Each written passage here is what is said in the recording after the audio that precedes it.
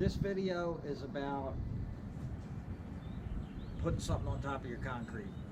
You know, like you got a piece of concrete at the house and you don't like what it's turned into over the years, and you want to maybe put some flagstone on top of it, or some, you know, some travertine, or, you know, something else that might be native to your area. Over here in Pennsylvania, we have Pennsylvania bluestone. It's an attractive, you know, bluish gray stone, and a lot of people like it, but that's what's going to be going on this. That's not what the video is about. After doing what I show you, you could put anything on top of your old concrete, but you have to make sure the concrete's free of any cracks, you know, or shifting or moving or anything like that. Because if it has cracks, or if it's shifting, whatever you put on top of it is going to crack next, and I mean almost right away. So the reason why I'm okay with doing it with this pad is because we're really locked in the foundation here, you know. This pad's not going to go anywhere. So we're going to do the patio, and we're also going to do a stone front. I'll do some videos on that stuff, but for right now, what this video is about is a bonding coat, okay? And what I'm going to do is show you what I did. We already have a lot of this done, but this is easy stuff, right? What we've done is every 2 inches, we ground a groove in. You know, I like to go about a 1/4 inch down, and it's just a good thing for my bonding coat to grab into it, okay? So you need a 4.5 inch angle grinder. Now this is battery op, but I don't recommend that for this much grinding. You'll go through 85 batteries, you know? And this is it's a joint grinding blade. You typically used to remove brick joints, but you can see it's about a 1/4 inch thick. It's not a thin blade. Okay, and I like to do that because it gives it a nice gully for my bonding coat to get into. Okay, so some people will tell you just put the bonding adhesive in there, you know, lay it on there first, and then put your cement on, and that's not true, and that's not good, and it's not going to last. 100% not going to last. Okay, so I'll show you, give you a better view here.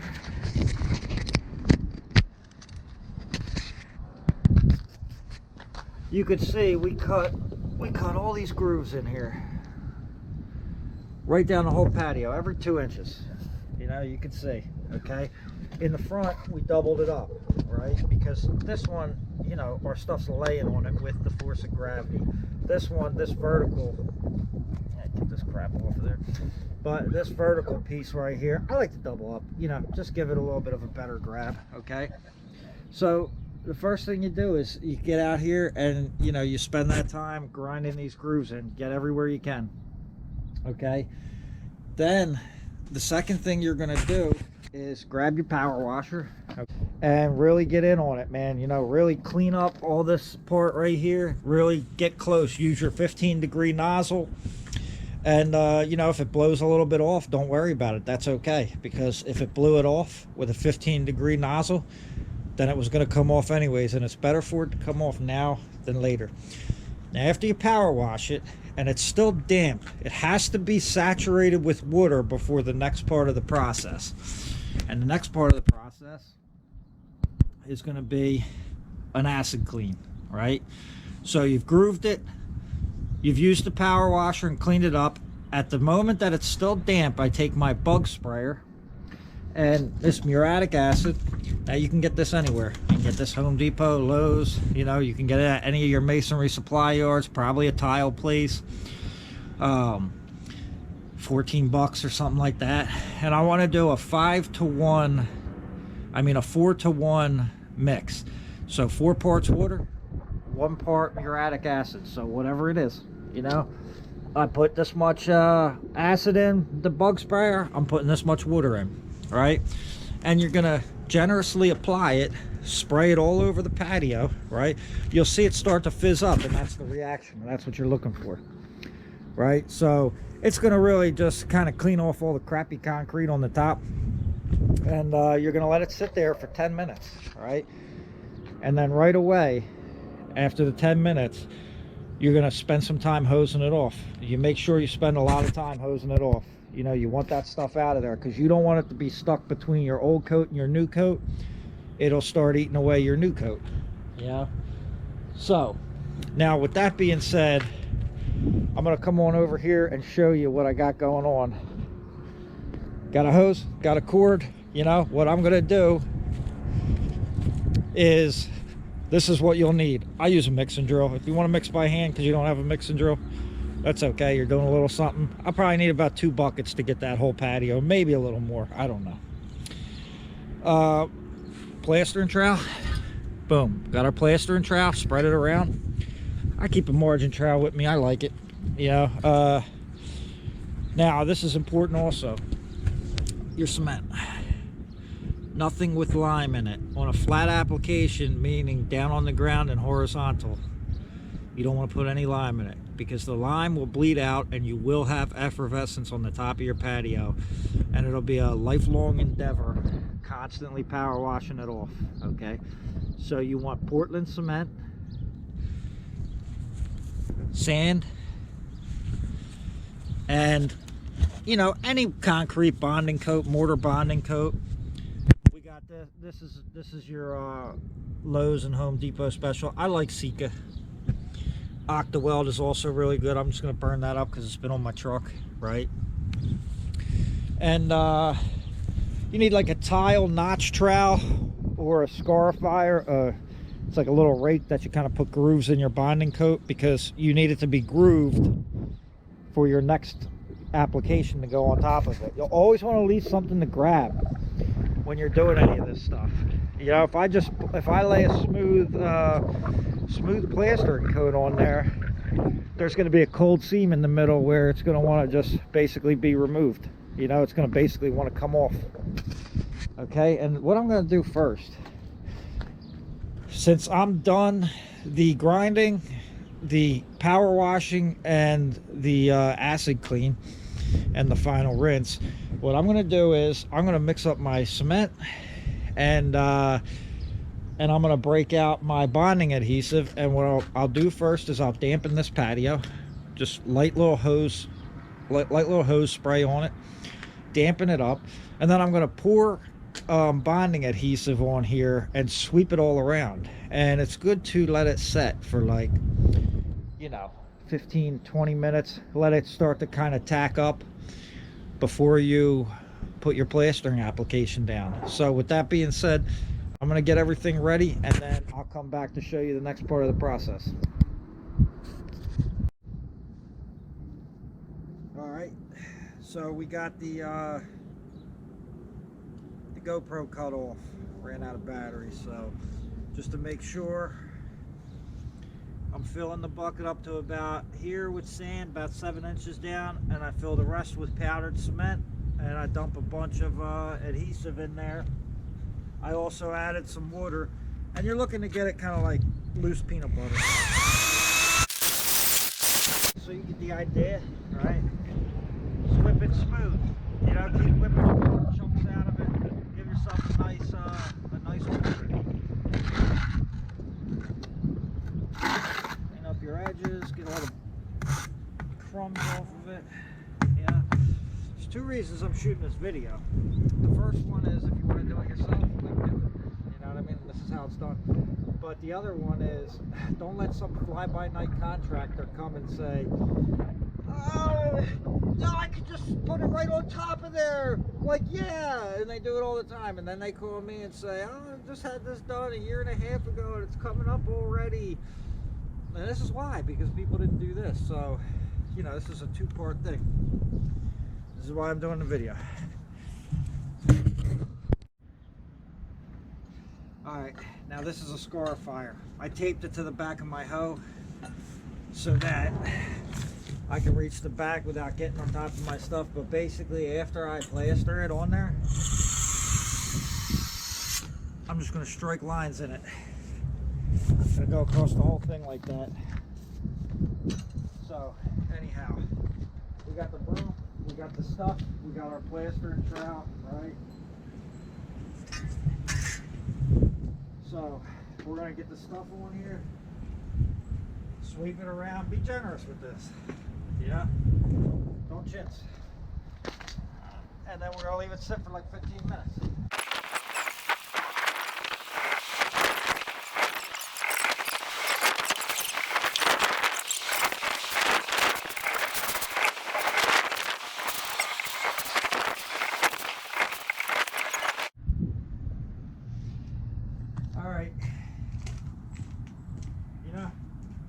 15, 20 minutes later, depending on the temperature over there.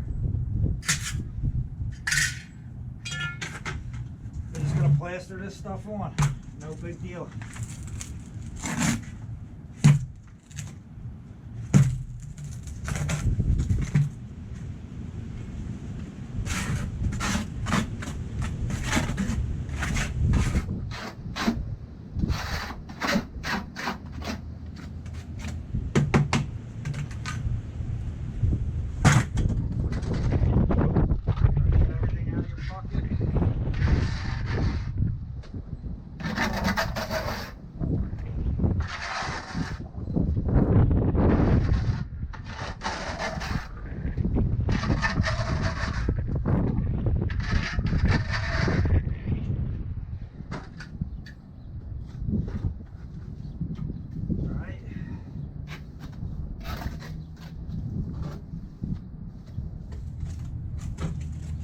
Get it all in there.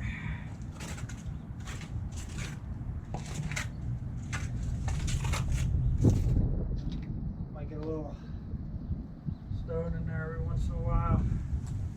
You gotta take out.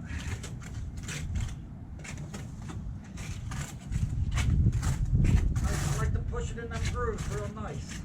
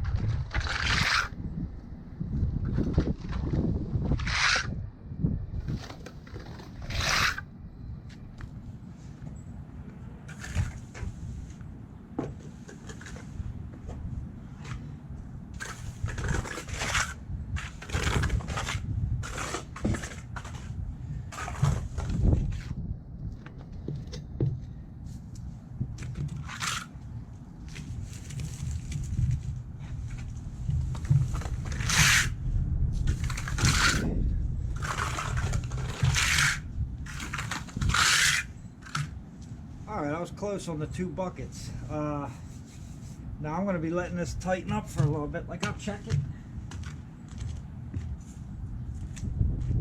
But I want to make sure it's a little bit tight. See, I can actually do that now. I'll give you a little, I think that middle's probably better. Let's see, I'll give you a little sampler.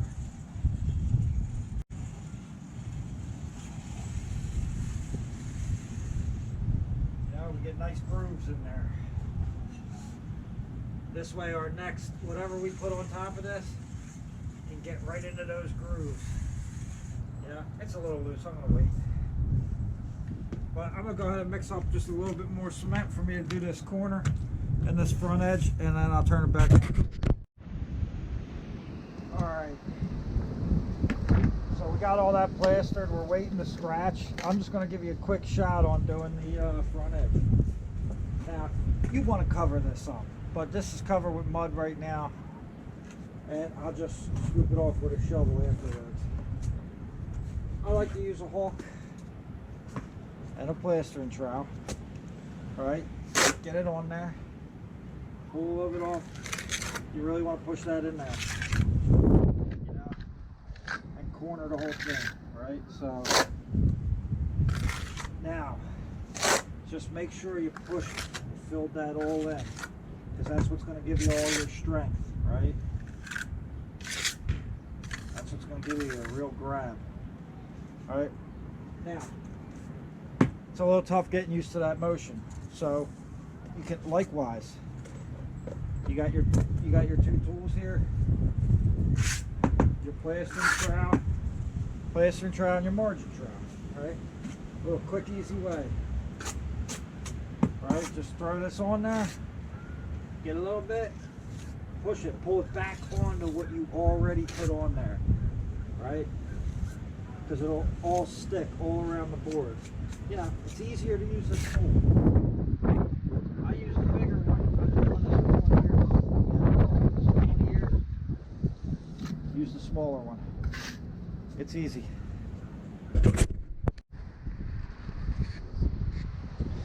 Alright, so this part's called scarifying. I showed you a little bit of it already, but just real quick in case I want to edit around, I'll show this to you again.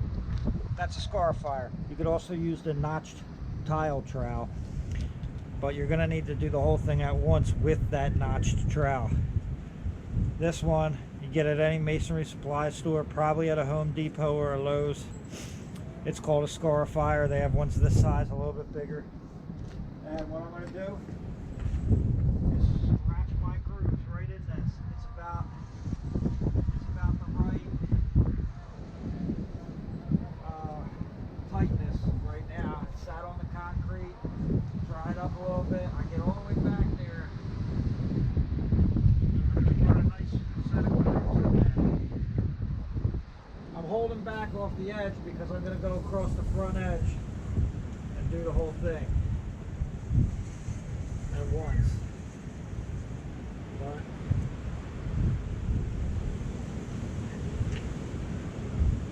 don't worry about making your plaster coat flat. You know, you see all my lines there. Leave it as rough as possible. That's just going to be another thing your next item can grab onto.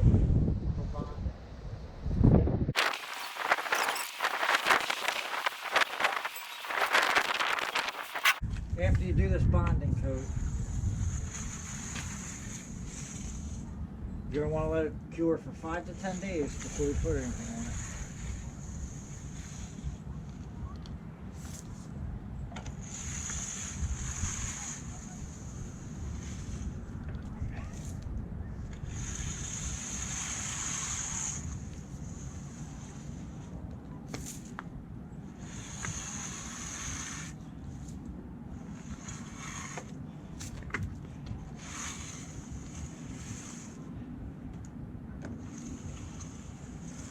There we go. Alright, that's your scratch coat. Alright, so here we go. See that? It's all struck up. You get that whole front edge struck up nice, right? All those little grooves for whatever I put on top of this to just bite right into. So, I don't know. Okay, as a recap, you're grinding grinding grooves in every 2 inches. You get a power wash real good. Then you're gonna acid burn it, acid clean it, whatever you want to call it. Then you're gonna rinse that off real good. Make sure you do that acid clean while it's still soaking wet from the power washing, because what happens is if it's dry, it'll take the acid in, it'll absorb it right in and hold it.